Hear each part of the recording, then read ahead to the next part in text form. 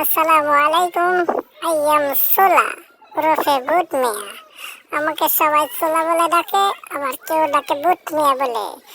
কেউ খায় ভেজে, কেউ খায় তেলে নেড়ে। আমাকে সবাই মনে করে, বিশেষ করে রমজান মাসে। আমি রমজান মাসে ইফতারিতে এক অনবদ্য বস্তু হয়ে উঠি। অর্থাৎ আমাকে ছাড়া মুসলমানেরা ইফতারি করতে পারে না। আমি ছোলা, আমার শক্তি অনেক।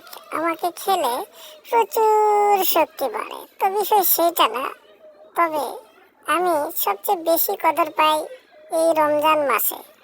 সবাই রমজান মাসে আমাকে খুব কদর করে এবং এই মাসে আমার সম্মানটা সর্বাধিক থাকে।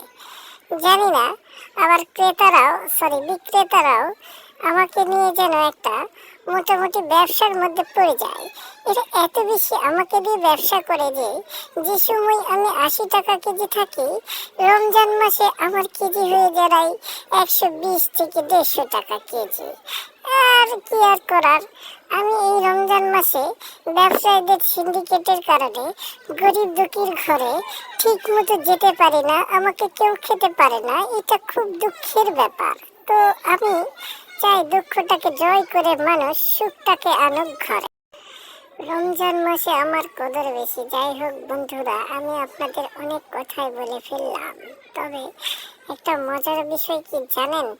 আপনারা যারা এই ভিডিও দেখবেন তারা এই ভিডিওটাতে একটা করে লাইক, সাবস্ক্রাইব এবং ফেসবুক পেজে ফলো দিয়ে যাবেন ইনশাআল্লাহ।